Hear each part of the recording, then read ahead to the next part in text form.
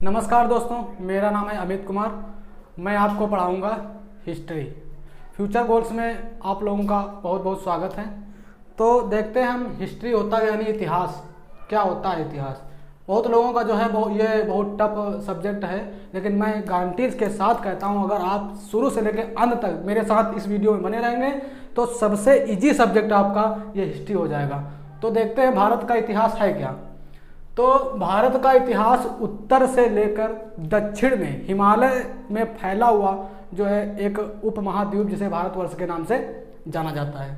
यहाँ के रहने वाले नागरिकों को इंडियन यानी भारतीय या फिर भारत के संतान के नाम से जानते हैं। और उपन्यासों पुराणों में भारत का देश इसको कहा गया है, ठीक है। और यूनानियों ने इसको हिंदुस्तान के नाम से भी संबोधित किया है। भारत का इतिहास को 3 भागों में डिवाइड किया गया है। वो क्या क्या है?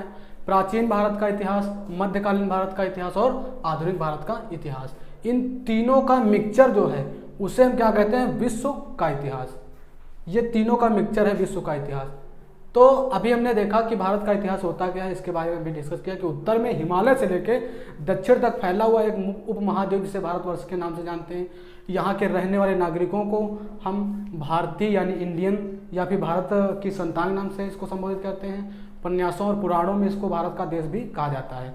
और यूनानियों ने इसको हिंदुस्तान के नाम से भी संबोधित किया है, ठीक। अब देखते हैं प्राचीन भारत का इतिहास है क्या, मध्यकालीन भारत का इतिहास, आधुनिक भारत का इतिहास। ये तीनों का मिक्सचर जो है वो उसको हम कहते हैं विश्व का इतिहास, ठीक है। तो प्राचीन भारत का इतिहास, इसके कितने टॉपिक हैं? मध्यकालीन भारत का इतिहास, इसके कितने टॉपिक हैं? इतिहास। आधुनिक भारत का इतिहास, इसके कितने टॉपिक हैं? इसको हम किस प्रकार से पढ़ें जो कि ये हमारे लिए इजी हो जाए।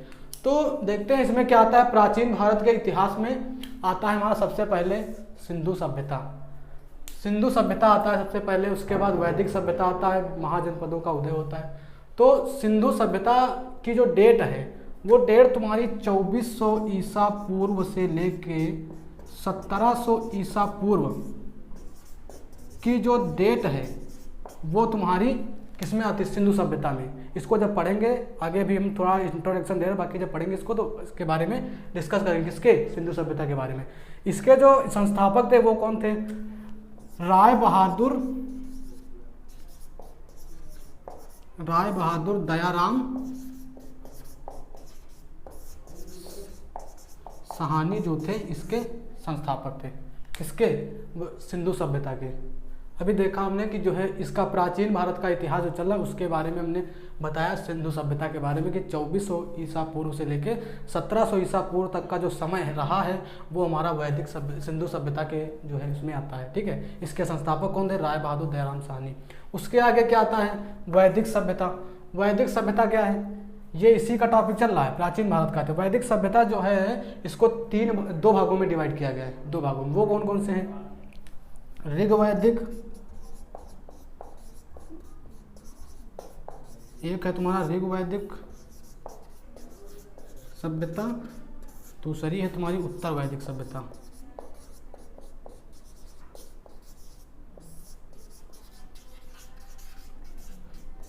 ऋग्वैदिक की जो सभ्यता की जो डेट है वो तुम्हारी है 1500 से 1000 ईसा पूर्व। ये ईसा पूर्व, इसकी डेट जो है 1000 से 600 ईसा पूर्व की डेट है ये तुम्हारी। बाकी जब इसके बारे में जब पढ़ेंगे ये वैदिक सभ्यता, तब बाकी सब पूरा इसमें डिस्कस करेंगे। अभी क्या हुआ हमारा? सिंधु सभ्यता हुआ, वैदिक सभ्यता। ये किसका पार्ट है? इसका प्राचीन भारत के इतिहास का पार्ट है, ठीक है। उसके बाद क्या आता है तुम्हारा? महाजनपदों का उदय। तो महाजनपदों का उदय इसमें क्या हुआ था? इसमें जो है 16 महाजनपदों के उदय हुए थे। 16 महाजनपदों का उदय हुआ था। वो जो नाम है उसके बाद में जब पढ़ेंगे इसको उसके बारे में डिस्कस करेंगे। ये इसका जो जानकारी इसकी मिली वो कहाँ से मिली हमके? तो बौद्ध ग्रंथों के अनुसार इसकी जानकारी हमको मिली, महाजनपदों का उदय की। इसकी जानकारी कहाँ से मिली? बौद्ध ग्रंथ से। उसके बाद आ गया तुम्हारा राजपूत राजवंशों की उत्पत्ति। तो राजपूत राजवंशों की उत्पत्ति ये जो सब है इसमें का जो है वो बाबर हुमायूं जो सब थे इसमें आते हैं। मौर्य साम्राज्य जो था ये तुम्हारी जो है मौर्य साम्राज्य से इसके संस्थापक कौन थे? मौर्य साम्राज्य के तो मौर्य साम्राज्य के संस्थापक थे तुम्हारे चंद्रगुप्त मौर्य। चंद्रगुप्त मौर्य इसके संस्थापक थे। इसकी डेट क्या है? 345 ईसा पूर्व। किसकी? मौर्य साम्राज्य की। उसके बाद गुप्त साम्राज्य, इसके बारे में डिस्कस करेंगे। दक्षिण भारत के प्रमुख राजवंश, इसके बारे में आगे डिस्कस करेंगे जब हम क्या पढ़ेंगे? प्राचीन भारत का इतिहास। अभी हम क्या करें, अभी केवल आपको बता रहे हैं इसमें का जो है कितने पार्ट हैं, इसमें कहाँ से क्या जो है तुमको पढ़ना है, जिसके कारण तुमको ये सब्जेक्ट इजी लगे। समझे? इतना हो गया। उसके बाद जो है आ जाते हैं अब मध्यकालीन भारत का इतिहास। ये आ गया तुम्हारा मध्यकालीन भारत का इतिहास। इसके कितने टॉपिक हैं, इसमें क्या क्या आता है, इसके बारे में डिस्कस करेंगे।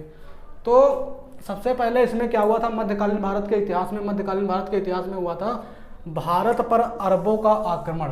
ये यहाँ तक भारत पर अरबों का आक्रमण हुआ था। ये जो है मोहम्मद बिन कासिम के द्वारा करवाया गया आक्रमण था, जो 712 ईस्वी में किया गया था। भारत पर अरबों का आक्रमण, ये जब पढ़ेंगे इसके बारे में, उसके बाद में डिस्कस करेंगे। अभी हम थोड़ा थोड़ा हिंट दे रहे हैं आपको ताकि याद रहे। उसके बाद आज ये महमूद गजनवी।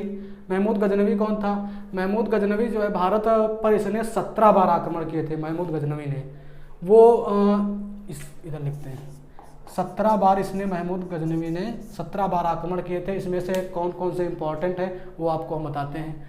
तो एक इसने युद्ध किया था, आक्रमण किया था 1000 ईस्वी में। उसके बाद एक युद्ध आक्रमण किया था इसने 1008 में, जो इम्पोर्टेंट ज़्यादा पूछे जाते हैं। उसके बाद एक आक्रमण इसने किया था 1025 में, जो सोमनाथ मंदिर, सबसे ज़्यादा इम्पोर्टेंट हमारा ये वाला युद्ध है आक्रमण, सबसे ज़्यादा इम्पोर्टेंट, सबसे ज़्यादा एक जगह पूछा जाता है 1025 में, सोमनाथ पर जब जो है युद्ध हुआ था। ठीक, उसके बाद एक युद्ध हुआ था तुम्हारा 1027 में। तो ये जो आक्रमण है ये 17 बार आक्रमण किया, 17 बार फेल हुआ, लेकिन अंत में जाके एक बार इसको सफलता मिली थी। ये जो ये 4 आक्रमण जो हैं ये ज़्यादातर इम्पॉर्टेंट है, इसको एग्जाम में ज़्यादा पूछा जाता है। ठीक है, उसके बाद आ जाइए तुम आप मोहम्मद गौरी। तो मोहम्मद गौरी जो है ये क्या था? तो मोहम्मद गौरी जो है इसने भारत का पहला आक्रमण था, जिसने 1175 में पहली बार सफलता इसने प्राप्त की थी। कौन? मोहम्मद गौरी ने 1175 ईस्वी में किया था। उसके बाद आ जाए सल्तनत काल। सल्तनत काल क्या था? सल्तनत काल की डेट जो है तुम्हारी वो 1206 ईस्वी से स्टार्ट होती है। सल्तनत काल की वही चलते ना, दिल्ली सल्तनत चल के ये लिखा है तुम्हारा सल्तनत काल, ये इसकी डेट है 1206 ईस्वी, ये इसकी डेट है। इसमें आता क्या क्या है? आ जाता तुम्हारा खिलजी वंश। खिलजी वंश की डेट क्या है? 1290 से 1320 तक, ये खिलजी वंश की डेट है। उसके बाद आता है तुम्हारा इसी इसमें सल्तनत काल में है दिल्ली सल्तनत के। तुगलक वंश की डेट है तुम्हारी 1320 से लेकर 1398 की। उसके बाद आता है तुम्हारा सैयद वंश। सैयद वंश की डेट क्या है तुम्हारी? 1398 से 1414 की डेट है तुम्हारी। अब आ जाइए लोधी वंश। लोधी वंश की डेट क्या है? लोधी वंश की डेट है 1414 से लेकर 1526। अभी ये हम तुमको हिंट दे रहे हैं, अभी इसके बारे में तुमको बताया कि इसमें क्या आता है, इसमें क्या आता है। बाकी जब इसको पढ़ेंगे उसके बाद एक एक टॉपिक लेके हम जो है इसके बारे में डिस्कस करेंगे। अभी क्या आपको बता रहे हैं कि इतना हमको पढ़ना है, ये जितना भी हमने बताया इसके अंतर्गत जो आता है वो इतना पढ़ना है हमको। उसके बाद ये हो गया, सल्तनत काल हो गया। अब तुमको आना है सूफी आंदोलन।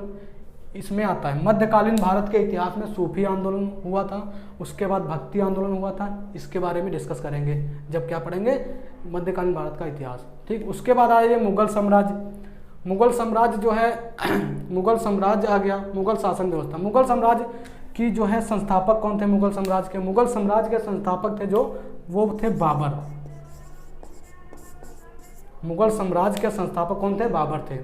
बाबर जो है इसमें पूरा स्टार्टिंग से यही 1526 से लेके 1530 तक की जो डेट है वो बाबर के समय काल में चली है। उसके बाद बाबर के बाद कौन आता है? हुमायूं आते हैं।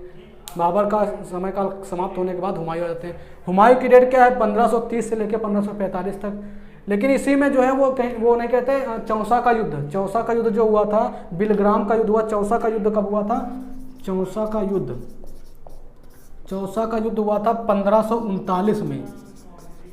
किसके किसके मध्य हुआ था? हुमायूं के मध्य और बैरम खां के मध्य हुआ था ये चौसा का युद्ध। उसके बाद इसी हुमायूं में हुमायूं में एक हुआ था बिलग्राम का युद्ध। बिलग्राम का युद्ध हुआ था 1540 में। ये किसने करवाए थे? इनके मध्य हुआ था, हुमायूं और बैरम खां के मध्य हुए थे ये युद्ध। 1564 का युद्ध हुआ था 1539 में, और बिलग्राम का युद्ध हुआ था 1540 में। ठीक, ये किसके मध्य हुए थे? इसके मध्य। उसके बाद आप डिस्कस करेंगे आगे अकबर के बारे में। अकबर की डेट जो है वो 1556 से लेकर 1605 तक है। ठीक, इतना। वो उसके बाद आते हैं जहांगीर आए। ये क्या है? 1605 से लेकर 1627 तक। उसके बाद आ गए शाहजहां आ गए। शाहजहां की डेट है 1627 से लेकर 1657 तक। ठीक है। उसके बाद आ जाते हैं औरंगजेब की जो डेट है वो 1658 से लेकर 1707 तक। ये तुम्हारी डेट है। इतना हुआ। उसके बाद आगे जो है डिस्कस करके आगे। तो अभी हमने देखा कि जो है प्राचीन भारत का इतिहास और मध्यकालीन भारत का इतिहास अभी हमने डिस्कस किया था, उसके बारे में इसके अंदर क्या आता है, इसके अंदर क्या आता है। अब आ जाता है तीसरा तुम्हारा क्या है? आधुनिक भारत का इतिहास। सबसे लंबा टॉपिक और सबसे ज़्यादा इम्पॉर्टेंट भी ये है। कौन? आधुनिक भारत का इतिहास। एग्जाम में ज़्यादा पूछा जाता है। ज़्यादातर बच्चे क्या करते हैं, इन दोनों टॉपिक को छोड़ के सबसे पहले ये वाला टॉपिक पढ़ने लगते हैं। क्यों पढ़ते हैं? क्योंकि ये एग्जाम में ज़्यादा पूछा जाता है, इसके वजह से ये टॉपिक स्टार्ट करते हैं। और लंबा है और काफ़ी इंपॉर्टेंट चीज़ इसमें भी है। तो आज ये इसमें क्या है? उत्तरकालीन मुगल सम्राट। इसमें क्या हुआ था? इसमें पानीपत का जो युद्ध हुए थे, 3 युद्ध हुए थे। प्रथम युद्ध, द्वितीय युद्ध, तृतीय युद्ध पानीपत के 1526 से स्टार्ट हुआ था। इसमें हुआ था उत्तरकालीन मुगल सम्राट में। आधुनिक भारत के इतिहास में आता है। उसके बाद आती है भारत में व्यापारिक यूरोपीय कंपनियों का आगमन। तो वास्को डी गामा जो 1498 ईस्वी में जो भारत आया था, उसने वास्को डी गामा ने व्यापारिक कंपनियों को जो है यूरोप से लेके आया था। वो कंपनियां क्या थी अभी इसके साथ डिस्कस करेंगे। लेकिन 1498 में जो है वास्को डी गामा आया था। काली तट के बंदरगाह पर पहुंचकर उसने जो है नया मार्ग बनाया था। कहाँ के लिए? भारत के लिए। तो वो जो व्यापारिक कंपनियां, वास्को डी गामा जो व्यापारिक कंपनियां लाया था वो कौन कौन सी हैं? पुर्तगाली ईस्ट इंडिया कंपनी। ये पुर्तगाली ईस्ट इंडिया कंपनी जो 1498 में बनाई गई थी। कौन लाया था? वास्को डी गामा भारत में लाया था। उसके बाद अंग्रेजी ईस्ट इंडिया कंपनी। अंग्रेजी ईस्ट इंडिया कंपनी की डेट है 1600 ईस्वी। इसमें भी ईस्वी। ठीक है। उसके बाद डच ईस्ट इंडिया कंपनी, इसकी डेट क्या है? 1602 ईस्वी। सबसे ज़्यादा एग्जाम में पूछा जाने वाला ये, बहुत ज़्यादा पूछा। डच इंडिया कंपनी की शुरुआत कब हुई थी? 1602 ईस्वी में। उसके बाद डेनिश ईस्ट इंडिया कंपनी, इसकी डेट क्या है? इसकी डेट है 1616। ठीक है, डेनिश ईस्ट इंडिया कंपनी। उसके बाद क्या आता है? फ्रांसीसी ईस्ट इंडिया कंपनी। फ्रांसीसी ईस्ट इंडिया कंपनी की शुरुआत 1664 ईस्वी में हुई थी। अभी देखा हमने कि भारत में व्यापारी यूरोपीय कंपनियों का आगमन कैसे हुआ। वास्को डी गामा 1498 में आया। उसने जो है बंदरगाह, काली तट के स्थित बंदरगाह में आया। उसके बाद यूरोप में जो है भारत के लिए नए समुद्री मार्ग का निर्माण कराया था। तो उसने इतनी कंपनियों का वहाँ से लेके आया। ये इतनी कंपनियाँ जो है लायक। पुर्तगाली ईस्ट इंडिया कंपनी 1498 में आई। अंग्रेजी ईस्ट इंडिया कंपनी 1600 ईस्वी में आई। उसके बाद डच ईस्ट इंडिया कंपनी जो थी वो 1602 ईस्वी में। सबसे ज़्यादा इंपॉर्टेंट अभी हमने बताया कि सबसे ज़्यादा इंपॉर्टेंट ये है तुम्हारी डच ईस्ट इंडिया कंपनी। उसके बाद डेनिश ईस्ट इंडिया कंपनी 1616 में आई। फ्रांसीसी ईस्ट इंडिया कंपनी 1664 में आई। इतना हो गया। उसके बाद बंगाल पर अंग्रेजों का आधिपत्य, मतलब कि बंगाल पर अंग्रेजों का अधिकार। ये जो है बंगाल का विभाजन, जो आपने नहीं सुना था, बंगाल का विभाजन 1604 ईस्वी में बंगाल का विभाजन जो हुआ था, उसके बारे में इसके डिस्कस करेंगे। अभी हम क्या आपको टॉपिक बता रहे हैं कि आधुनिक भारत के इतिहास में क्या क्या पढ़ना है हमें।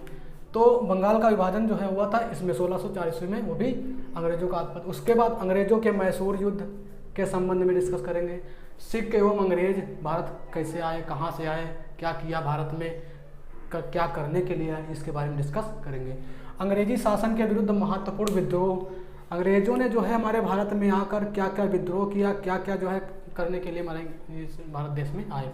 उसके बाद 1857 की क्रांति, सबसे इम्पॉर्टेंट, बहुत ज़्यादा पूछी जाती है 1857 की क्रांति। इसको हम पढ़ेंगे जब इसके आधुनिक भारत के इतिहास में आएंगे, तब इसको डिस्कस करेंगे।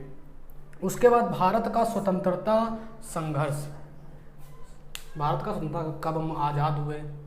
अभी जो है कि किसी से पूछा जाए कि भारत कब आज़ाद हुआ, तो ये सब इसमें हम डिस्कस करेंगे, ठीक है। उसके बाद भारत के महान शहीद, हमारे भारत में कौन कौन से महान जो है पुरुष रहे जो अपनी बलिदानी दी, जिसके कारण वो शहीद हुए। उसके बाद भारतीय स्वतंत्रता के प्रमुख वचन व नारे मतलब जो है हमारे महापुरुष रहे जिन्होंने ये नारा जो है किसके कहा, किसके लिए कहा, उसके बारे में डिस्कस करेंगे आगे चल के। उसके बाद आज ये स्वतंत्रता आंदोलन से संबंधित पत्रिकाओं में पुस्तकें, किसने कौन सी पुस्तक लिखी, इसके बारे में डिस्कस करेंगे। अभी क्या हुआ, ये हमारा आधुनिक भारत का इतिहास चल रहा था, ये इतना टॉपिक तुमको पढ़ना है आधुनिक भारत के इतिहास में, ये इतना। उसके बाद इसके अलावा भी बताया था हमने विश्व का इतिहास, तो विश्व का इतिहास आ गया। इसमें क्या हुआ था, इसमें सबसे पहले ये इतना टॉपिक खत्म होने के बाद फिर आ गया पुनः जागरण को तुमको पढ़ना है। अमेरिका का स्वतंत्रता संग्राम, इसमें पढ़ना है विश्व के इतिहास में, ठीक है। इसमें क्रांतियाँ कौन कौन सी हुई थी, रूसी क्रांति हुई, फ्रांस की क्रांति हुई, औद्योगिक क्रांति हुई, इंग्लैंड की क्रांति हुई, विश्व युद्ध जो हुए थे, प्रथम विश्व युद्ध, द्वितीय तृतीय विश्व युद्ध, ये सब इसके बारे में हम डिस्कस करेंगे।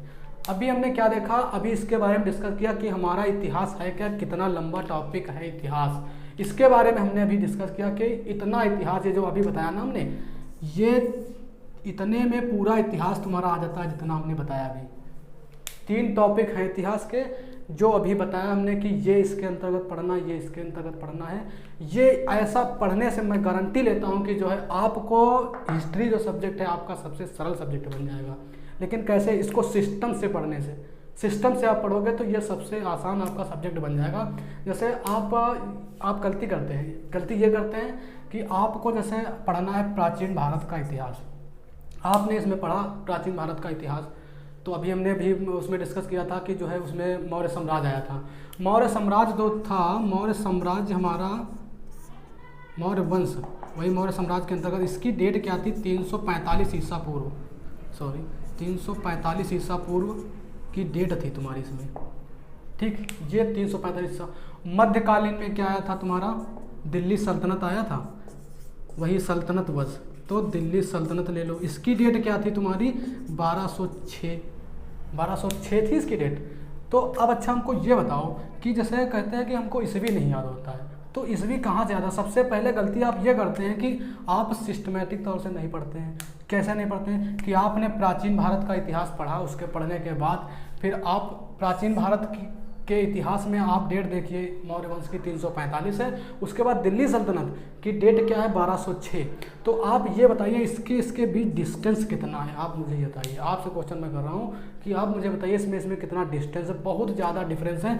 आप याद तो कर लेते हैं, आप क्या करते हैं एग्जाम में जो है, आपका एग्जाम होता है, आप सरल टॉपिक जो पढ़ लेते हैं, आपको याद हो जाता है आसानी से, कोई दिक्कत नहीं।